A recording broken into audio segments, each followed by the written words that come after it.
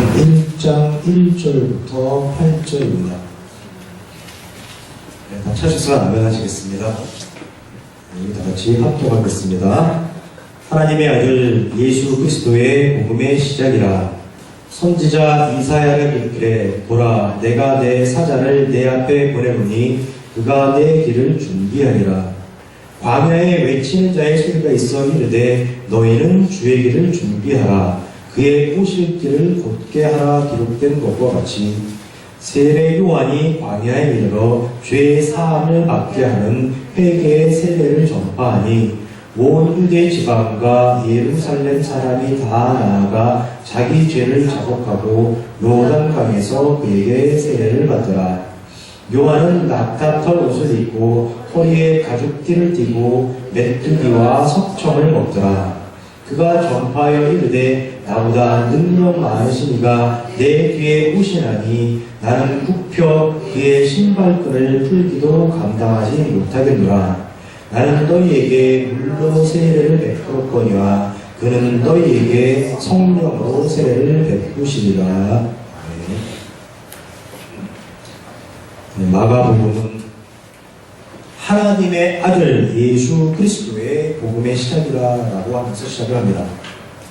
천지를 지으시고 사람을 포함한 모든 피조물들의 기준 되시며 그 섭리 가운데 천지를 운행하시는 하나님, 그 하나님은 분명히 각 중에 각, 즉 슈퍼갑이라고 표현해도 이의를 제기하실 사람은 아마 한 분도 안 계실 것입니다. 마찬가지로 그 하나님께서 보내신 독생자 예수 그리스도 역시 슈퍼갑이 되십니다. 왜냐하면 예수 그리스도는 사람의 육신을 입고 이 땅에 오신 바로 그 하나님이 되시기 때문입니다. 그래서 그런지 예수 그리스도를 이 땅에 보내시기 전에 하나님께서는 아주 치밀하고 빈틈없이 그리고 아주 섬세하게 모든 것을 계획하시고 준비하시고 실행하셨던 것으로 생각이 됩니다. 그 증거가 오늘 본문 마가복음 1장 2절에서 3절입니다. 보라 내가 내 사자를 내 앞에 보내노니 그가 내 길을 준비하리라. 광야에 외치는 자의 소리가 있어 이르되 너희는 주의 길을 준비하라. 그의 오실 길을 곧게 하라입니다. 여기서 사자는 물론 침례 요한입니다. 즉 침례 요한은 하나님의 아들 예수 그리스도의 사역이 효과적으로 이 땅에 성취될 수 있도록 그 토대를 마련하고 준비하라는 그 사명을 받고서 하나님에 의해서 이 땅에 파견된 하나님의 사자가 되는 것입니다. 한 나라의 대통령도 외국 순방길에 오를 때에는 각 부처의 모든 실무자들이 미리 그 나라에 파견되어서 그 나라 담당자들과 여러 가지 일을 협조하면서 철두철미하게 준비를 합니다. 원거리 경우와 근거리 경우는 어떻게 할 것이고 최측근 경우는 어떻게 할 것인가 같은 그런 경험 문제, 그리고 누가 공항으로 마중을 나갈 것이고 만찬장에서는 어떤 의상을 입고 어떤 와인으로 건배를 하고 어떤 메뉴로 저녁 식사를 하고 또 어떤 순서로 연설을 할 것인가 같은 의전 문제 등을 미리 다 준비해 놓습니다. 그리고 정상회담의 의제는 어떤 것으로 한정할 것인지, 그리고 정상회담에서 양 정상이 발언의 수위는 어느 정도까지 허용할 것인지, 또 합의문에 들어갈 내용은 어떻게 작성할 것인지, 심지어는 어떤 단어를 그 합의문에 사용할 것인지에 대한 것까지도 아주 꼼꼼하고 세세하게 사전 준비를 합니다. 대통령은 어쩌면 실무자들이 미리 마련해둔 정해진 순서에 따라서 그저 악수하고 사진 찍고 밥 먹고 서명하고 합의문을 낭독하는 것 뿐입니다. 모든 일은 실무자들이 이미 다 처리해 놓은 상태이고 대통령은 그저 화려하고 멋지게 짠하고 나타나서 그저 폼 한번 잡으면 되는 것입니다. 사람 사는 세상에서 우리가 흔히 볼 수 있는 감정입니다. 대통령이 해외에 나가는 경우에만 해당되는 것이 아니라 조금 잘 나간다고 하는 사람들, 즉 사회에서 갑에 해당되는 위치에 있는 사람들이 어떤 곳을 방문하는 경우에는 늘 이런 현상을 목격하게 됩니다.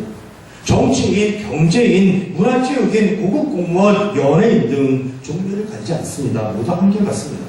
사람 사는 세상에서는 언제나 수고하고 애쓰는 사람이 따로 있게 되어 있고 폼 잡으면서 사진 찍는 사람 따로 있게 되어 있습니다. 왜냐하면 그것이 바로 죄의 권리가 지배하는 세상의 일반적인 모습이기 때문입니다. 그래서 그런 것을 뻔히 알면서도 우리는 그런 것을 별로 이상하게 생각하지도 않고 낯설어하지도 않습니다. 그런데 안타까운 것은 종교인들, 특히 큰 교회의 목사님들도 결코 다르지 않다는 사실입니다. 아니 더하면 더했지 오히려 결코 덜한 것 같지는 않습니다. 어쩌다 큰 교회 목사님들이 부흥 집회라도 인도하기 위해서 조그만 교회를 방문할 때면은 해당되는 두 교회의 부교육자와 직원 그리고 성도들은 성공적인 집회를 이뤄내기 위해서 이래저래 정말 죽어납니다. 집회를 인도하시는 목사님들이 행위가 불편하지 않도록 아주 세세한 것까지 온갖 신경을 다 써주어야만 합니다. 어떤 경우에는 집회 자체보다도 그 목사님을 어떻게 대접할 것인가에 더 심혈을 기울이기도 합니다. 대부분의 큰 교회에서는 비서실장이라는 직책이 있고 그 비서실장의 주요 업무 중에 하나가 바로 의전에 갈 것입니다. 어느새 교회도 이런 모습에 아주 익숙해져 있습니다. 그리고 그런 것이 아주 당연한 것으로 받아들여지고 있고 오히려 이런 것을 책망하거나 비난하거나 비판하거나 흠잡는 사람을 이상한 시각으로 바라볼 뿐입니다. 하나님께서도 예수 그리스도를 이 땅에 보내시기 전에 먼저 침례 요한을 보내셔서 그 길을 준비시켰잖아. 하나님께서도 그렇게 하셨는데 뭐 이 정도 가지고 그래라고 그렇게 얘기할 수도 있습니다. 그리고 미리 가서 그 길을 준비하는 내용이 얼마나 중요하면은 4권의 복음서에서 모두 침례 요한의 사역을 기록할 정도이겠냐고 그렇게 말씀하실 수도 있습니다. 예, 맞습니다. 침례 요한으로 하여금 주의 길을 준비하게 하는 내용은 마가복음 이외에도 마태복음 3장 1절에서 17절까지 그리고 누가복음 3장 1절에서 20절까지 요한복음 1장 19절에서 34절까지 모두 4권의 복음서에 아주 자세하게 기록하고 있습니다. 그런데 성경에서 전하고자 하는 메시지는 준비가 철저해야 한다는 것도 아니고 미리 보내진 자의 역할의 중요성을 그 사역의 중요성을 강조하는 것도 결코 아닙니다. 4권의 복음서에는 아주 많은 사건들과 대화들이 기록되어 있지만은 4권 모두, 복음서 4권 모두가 공통적으로 다루고 있는 내용은 그렇게 많지 않습니다. 오병이어 사건, 예루살렘 입성 사건, 성전 정화 사건, 그리고 예수 그리스도께서 잡히시고 재판받으시고 십자가에 달려 죽으시고 부활하시는 사건 등입니다. 예수 그리스도의 사역 중에서 아주 중요하고 핵심되는 내용들만 복음서 4권이 공통적으로 기록하고 있음을 우리는 쉽게 확인할 수 있습니다. 그렇다면 4권의 복음서가 공통적으로 다루고 있는 침례 요한의 사역에 관한 내용, 즉 침례 요한이 하나님의 사자로 먼저 이 땅에 와서 예수 그리스도의 길을 준비하는 것도 아주 중요한 내용, 성경에서 빠져서는 안 되는 내용이라는 의미가 됩니다. 그런데 조금 이상하지 않습니까? 하나님께서 육신을 입고 이 땅에 예수 그리스도로 강림하셔서 곧 하나님께서 직접 계획하시고 준비하셨던 그 사역을 하나님께서 시작하실 터인데 사전 정지 작업을 사람으로 하여금 담당하게 하신다. 기초 공사를 사람으로 하여금 맡기신다. 여러분께서는 이게 쉽게 수긍이 되십니까? 아무래도 조금 이상합니다. 우리가 알고 있는 하나님의 모습과는 사뭇 다릅니다. 만약 이렇게 된다면 하나님은 바로 대통령 같은 존재가 되는 것이고 침례 요한은 경호실장, 의전실장, 비서실장 같은 존재가 되는 것입니다. 만약 이렇게 된다면 정작 수고하고 애쓰는 자는 사람이 되는 것이고 하나님께서는 그저 짠하고 나타나서 손 한번 잡으시는 분이 되어버립니다. 만약 이렇게 된다면 능력자는 사람이 되는 것이고 하나님은 사람이 닦아놓은 그 평탄한 길을 아무 불편 없이 그저 걸어가시는 분에 불과한 존재가 되어버리는 것입니다. 하나님께서 과연 그런 분이실까요? 사람의 수고와 사람의 능력으로 이루어낸 그 사람의 일을, 그 사람의 업적을 하나님께서는 가로채 가시는 그런 분이실까요? 우리가 알고 있는 하나님은 결코 그렇게 하실 분이 절대로 아니시라는 사실입니다. 그렇다면 우리는 하나님의 사자로 파견된 침례 요한의 사역을 과연 어떤 관점에서 해석할 수 있을까요? 그리고 침례 요한에 관한 내용이 얼마나 중요한 것이기에 4권의 복음서에서 공통적으로 다루고 있는 것일까요? 지금부터는 차근차근 그 내용에 대해서 한번 살펴보도록 하겠습니다. 먼저 마가복음 1장 2절에서 3절을 다시 한번 다 같이 읽어보겠습니다. 마가복음 1장 2절에서 3절입니다. 다시 읽어보겠습니다. 선지자 이사야의 글에 보라 내가 내 사자를 내 앞에 보내노니 그가 내 길을 준비하리라. 광야에 외치는 자의 소리가 있어 이르되 너희는 주의 길을 준비하라. 그의 오실 길을 곧게 하라 기록된 것과 같이 이렇게 기록되었습니다. 마가는 이 2절과 3절을 이사야가 모두 이거 기록한 것처럼 표현하고 있지만 실제로 2절은 말라기가 기록한 것이고 3절만 이사야가 기록한 것입니다.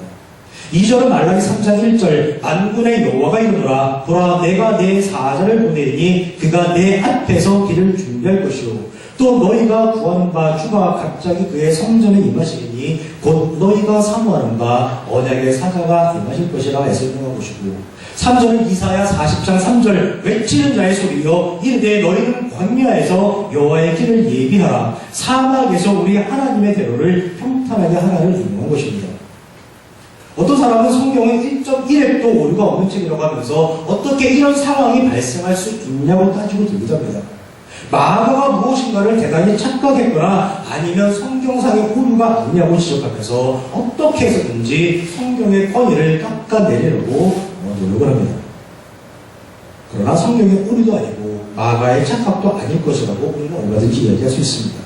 당시 유대 사회에서 가장 대표적인 선지자는 이사야로 인식되고 있었습니다. 마가는 굳이 말라기와 이사야를 구분하지 않고 선지자들의 대표격인 이사야만을 언급해도 자기가 전하고자 하는 그 내용을 전개하는데 아무 무리가 없다고 판단을 해서 그렇게 기록했을 것이라고 우리는 충분히 생각해 줄 수 있는 것입니다. 중요한 것은 중요한 것은 누구의 기록을 인용했느냐는 것이 아니라 또 인용한 선지자의 옳고 그름을 판단하는 것이 아니라 왜 구약의 내용을 인용하고 있느냐는 것입니다. 성경은 왜 구약의 내용을 인용하면서 침례 요한의 사역을 설명하고 있는 것일까요? 그 이유는 구약에서 하나님께서 말씀하신 약속과 예언이 신약에서 성취되어지고 있다는 것을 보여주려는 성경의 의도입니다.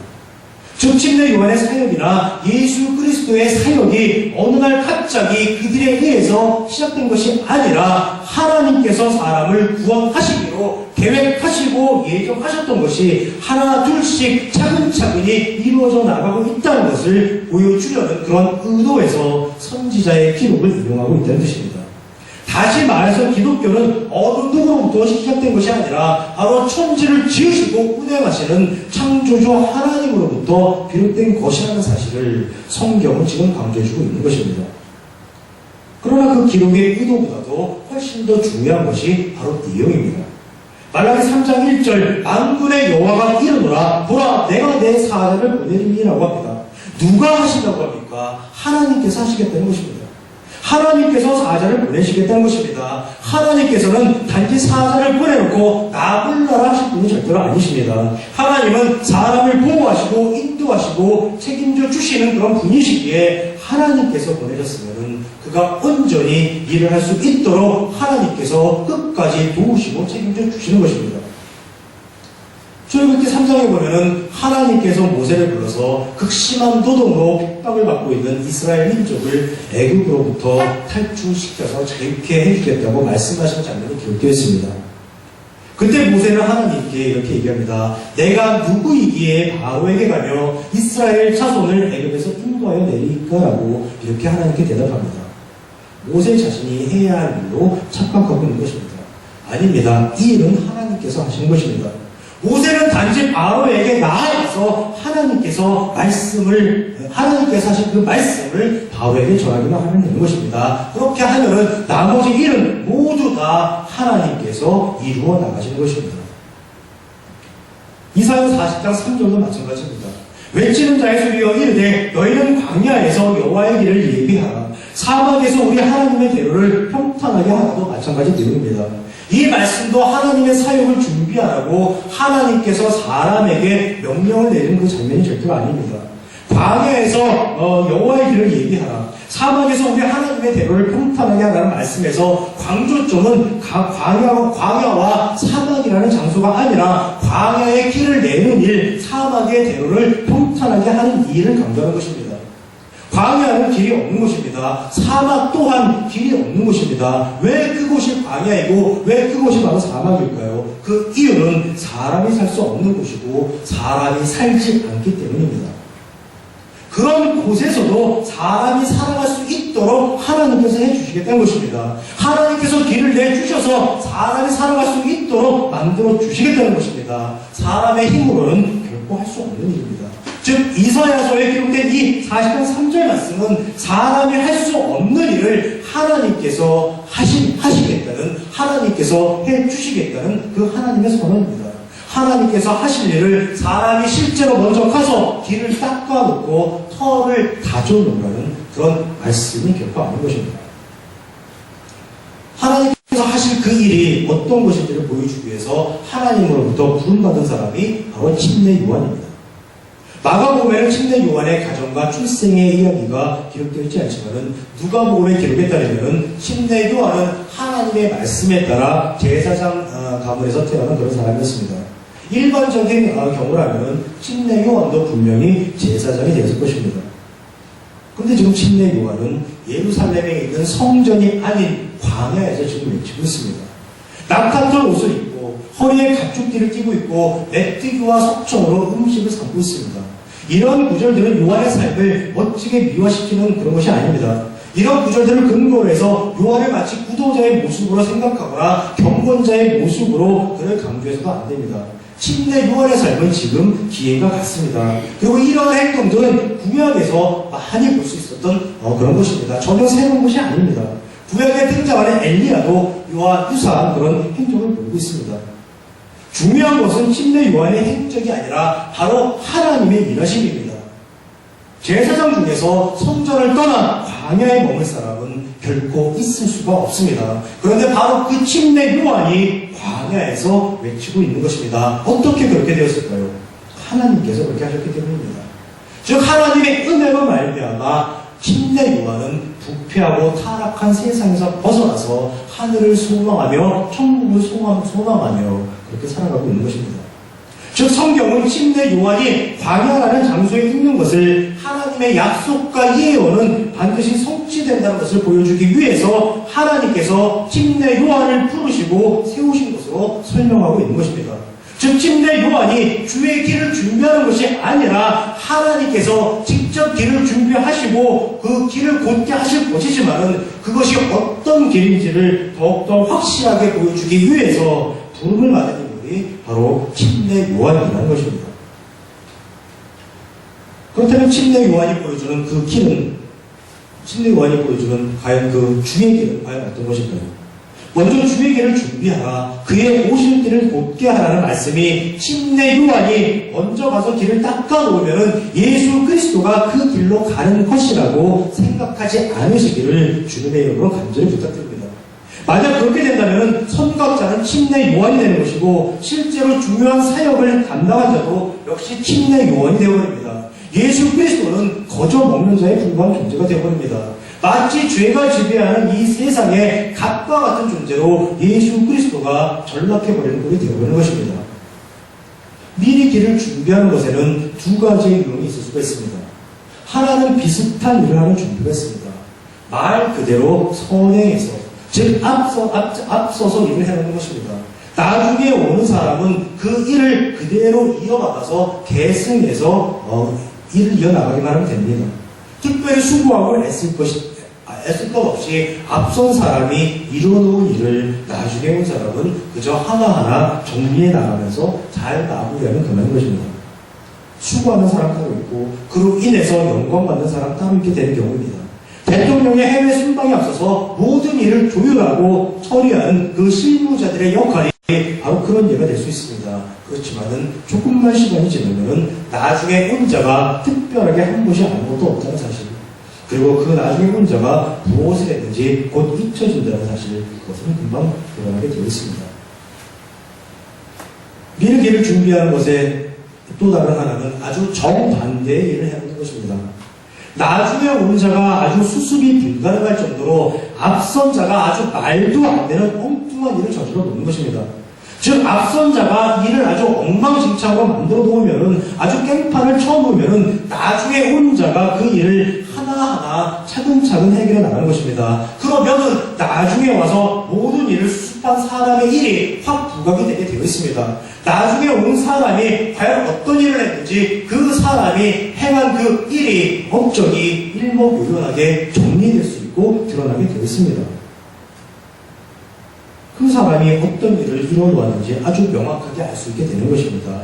예수 그리스도와 침례 요한의 관계가 바로 지금 말씀드린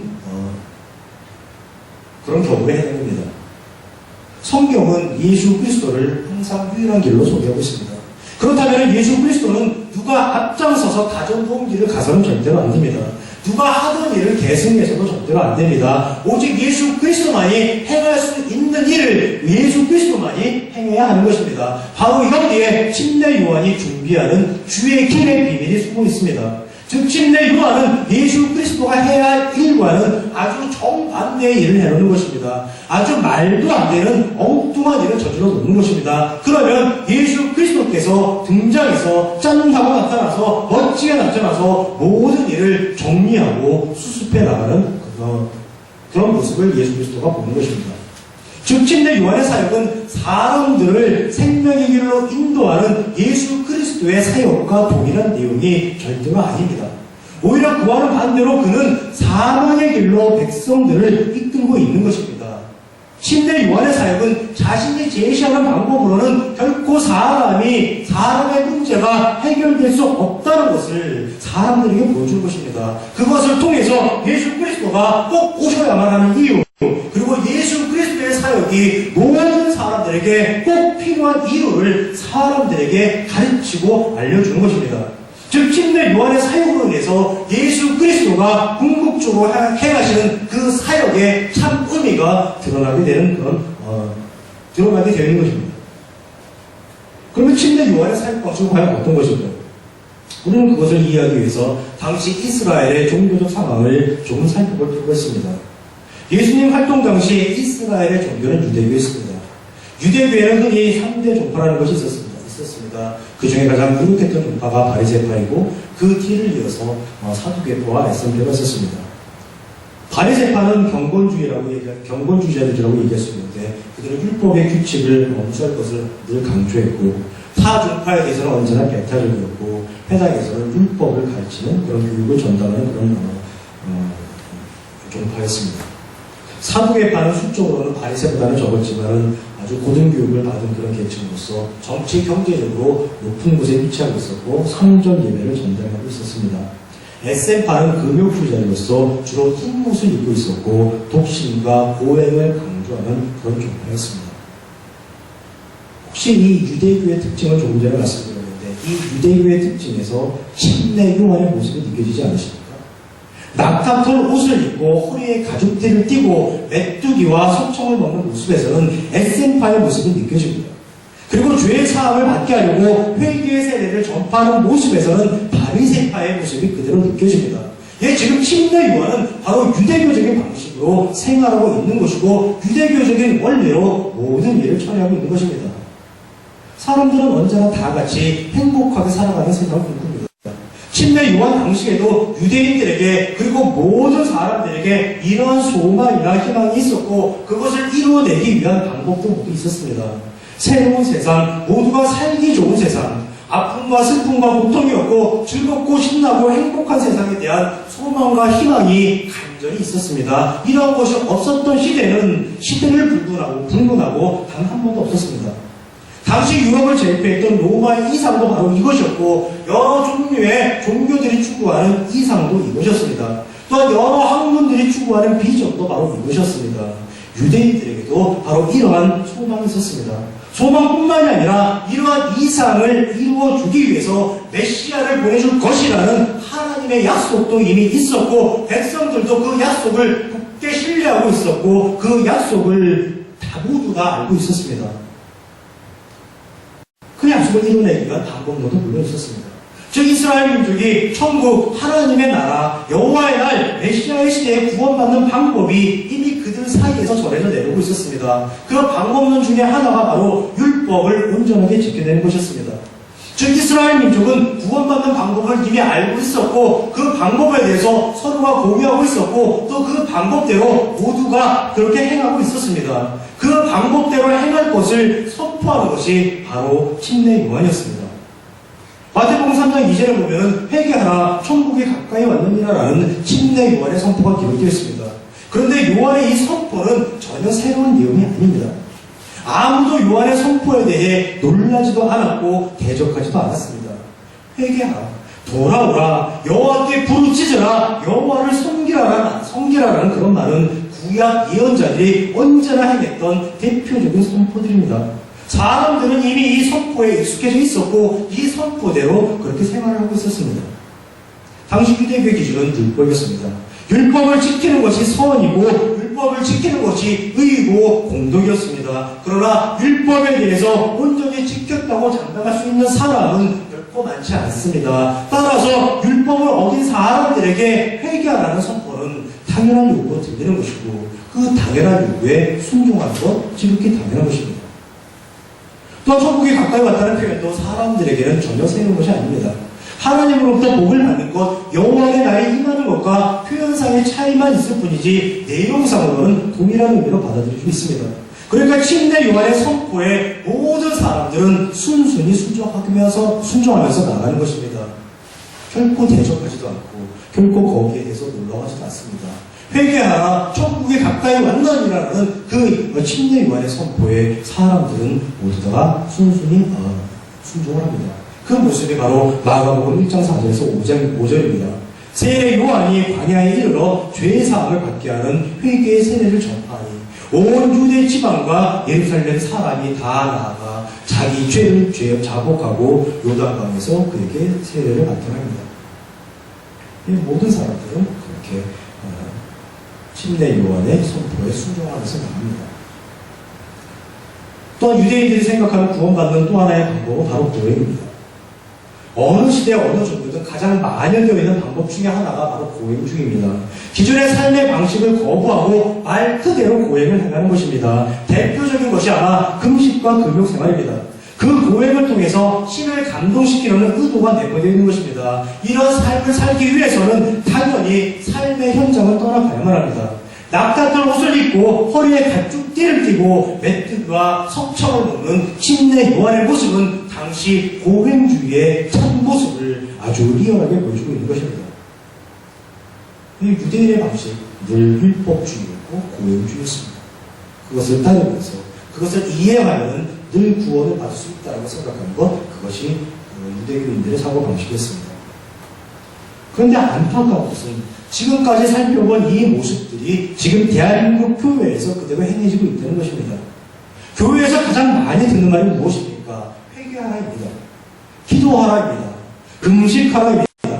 교회에서 잘 안 되면, 그리고 집에서도 잘 안 되면 어디 한적한 곳이라도 그 기도원에라도 찾아가서 회개하고 기도하고 금식하라고 얘기합니다. 기독교의 원리에 대해서 잘 모르는 성도들은 그대로 따라서 행하고 있습니다.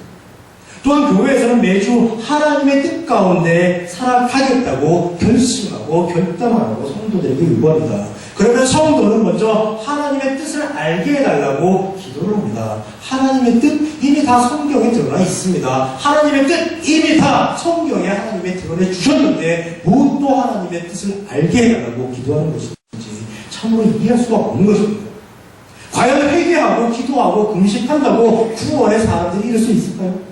과연 결심하고 결단한다고 하나님의 뜻 가운데에서 행복하게 사람들이 사라질 수 있을까요? 그렇게 될 수 있다면 왜 예수 그리스도께서 이 땅에 오셔야 했을까요?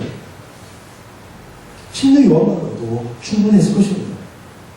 성경이 이야기하고자 하는 것이 바로 이것입니다. 즉 이런 것으로는 도저히 될 수 없다는 것을 침례 요한의 사역을 통해서 우리에게 알려주고 있는 것입니다. 성경에서 이미 2000년 전에 안 된다고 하는 내용을 지금 21세기 대한민국 교회가 그것을 가지고 나가고 있는 것입니다. 정말 답답한 것입니다. 정답은 오로지 예수 그리스도님을 믿습니다. 이런 것으로는 될 수가 없기 때문에 예수 그리스도가 이 땅에 오셔야만 하는 것이고 그 예수 그리스도의 사역으로만 말미암아서 사람이 구원에 이를 수 있게 된다는 것이고 그의 결과로 사람이 하나님의 뜻 가운데에서 행복하게 살아갈 수 있다는 것을 성경은 강조하고 있는 것입니다. 이것이 바로 침례 요한이 행한 주의 길을 준비하는 것의 내용입니다. 즉 성경은 침례 요한이 행한 사역의 한계를 드러내 줌으로써 예수 그리스도의 사역의 필요성과 당위성 위기성을 사람들에게 확증시켜 주는 것입니다. 침례 요한도 자신의 사역이 예수의 사역과는 다르다는 것을 이미 알고 있었습니다. 자신의 사역이 열매를 맺고 자신의 사역이 결실을 맺을 것이라고 애시당초부터 생각을 하고 있지 않았습니다. 요한의 사역의 핵심은 어디에서 선포를 했고 무엇을 먹었고 침례를 주었는가 하는 것이 결코 아닙니다. 요한 선포의 핵심은 나아로서는 안 된다는 것을 사람들에게 알려준 것이었습니다. 내가 하는 방법으로는 안 된다는 것, 나를 믿거나 나를 의지해서는 결코 안 된다는 것을 사람들에게 가르쳐주고 알려준 것입니다. 그 증거가 마가복음 1장 7절에서 8절입니다. 그가 전파하여 이르되 나보다 능력 많으시니가 내 뒤에 오시나니 나는 굽혀 그의 신발끈을 풀기도 감당하지 못하겠노라. 나는 너희에게 물론 세례를 베풀었거니와 그는 너희에게 성령으로 세례를 베푸시리라 합니다. 즉 침례 요한이 행한 사역의 핵심은 자신의 역할을 강조하는 것이 아니라 바로 예수 그리스도가 오실 것, 그리고 그 예수 그리스도가 행하실 것을 미리 알려주는 것이었습니다. 자신이 행하는 선포나 침례 등 상징적인 종교 행위 등과는 달리 예수 그리스도는 구원의 실체로서 직접적인 사역을 그의 백성들에게 행할 것을 침례 요한은 선포하고 있는 것입니다. 그 예수 그리스도께서 사람들을 위하여 행하신 사역을 단적으로 표현한 것이 바로 성령으로 세례를 베푸시리라 합니다. 침례 요한의 선포는 와라, 회개하라, 자복하라, 침례받으라였습니다. 모두가 사람이 해야 할 일이었습니다. 또한 대부분의 사람들도 순순히 침례 요한의 요구에 응했습니다. 왜냐하면 사람들은 그렇게라도 해야 자신이 살아갈 수가 있기 때문입니다. 죄를 회개하고 침례를 통해서 죄 씻음을 받아야만 그나마 마음이 편하고 구원에 이를 수 있다고 생각하고 있기 때문입니다. 그런데 죄적 원리에 사로잡힌 사람은 회개하고 죄 씻음 받았다고 해서 결코 달라질 수 있는 존재가 아닙니다. 언제 그랬느냐는 듯이 또 죄적 기준으로 돌아가서 살아갈 수밖에 없는 그런 연약한 존재입니다. 생각하고 판단하고 행동하는 모든 것이 죄입니다. 사람이 죄의 지배를 받으면 사람의 삶은 결코 행복해질 수가 없습니다. 그래서 바로 예수 그리스도가 오셔야만 했던 것이고 예수 그리스도께서 사람을 위하여 일을 해주셔야만 했던 것입니다. 그 예수 그리스도가 하시는 일은 성령으로 세례를 베푸시리라 합니다. 성령을 주시겠다는 것입니다. 세례를 베푸시겠다는 것입니다. 성령 받으라가 아닙니다. 세례 받으라도 아닙니다. 성령으로 세례를 베푸시리라입니다. 사람이 할 일이 한 가지도 없습니다. 주시겠다는데, 100% 주시겠다는데 사람은 그저 받기만 하면 되는 것입니다. 아주 쉬운 일입니다. 그래서 구원은 은혜이고, 그래서 구원은 하나님의 은혜로만, 예수님의 은혜로서만 사람에게 임한, 사람에게 가능한 것입니다. 그 은혜의 산물인 줄 믿습니다. 말씀을 정리하겠습니다. 오늘 설교를 시작할 무렵에 침례 요한의 사역이 4권의 복음서에 모두 기록될 정도로 중요한 의미를 지니고 있다고 하였습니다.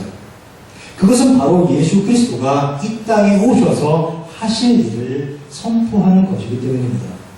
사람의 방법으로는 결코 구원에 이를 수 없다는 사실을 침례 요한이 행한 사역을 통해서 보여주는 것이고, 그래서 사람들을 죄에서 구원하기 위해 반드시 예수 그리스도가 오셔야만 한다는 그 이유를 드러내주는 것이고, 또한 앞으로 사람들을 위해서 예수 그리스도가 어떻게 일을 해나갈지를 침례 요한의 그 사역이 네권의 복음서에서 보여주는 것입니다. 예수 그리스도는 준비된 길을 걸어가신 분이 아닙니다. 도리어 예수 그리스도 스스로가 길을 준비하고 길이 되어줄 것입니다. 예수 그리스도가 길이 되어서 그를 따르는 자들이 평탄한 길, 안전한 길, 생명의 길을 갈 수 있도록 예수 그리스도가 인도해 주실 것입니다. 그의 길을 따른다는 것은 그가 걸었던 십자가의 사역을 재현하고 그 십자가의 사역을 반복하는 것이 아니라 그가 만들어 놓은 길, 더 이상 십자가가 필요 없는 길을 우리 모두가 너무나 쉽고 편하고 즐겁고 행복하고 신나게 걸어가는 것임을 늘 기억하고 기억하시는 우리 단임 성도 되시기를 주님의 이름으로 축원합니다. 기도하시겠습니다. 하나님 감사합니다. 하나님께서는 언제나 우리에게 늘 쉬운 길만을 제시하고 그나마 그 쉬운 길마저도 하나님께서 이루어 주시겠다고 약속하시고 말씀하시는데 우리들은 우리들의 미련함으로 말미암아 우리들의 연약함으로 말미암아 우리가 스스로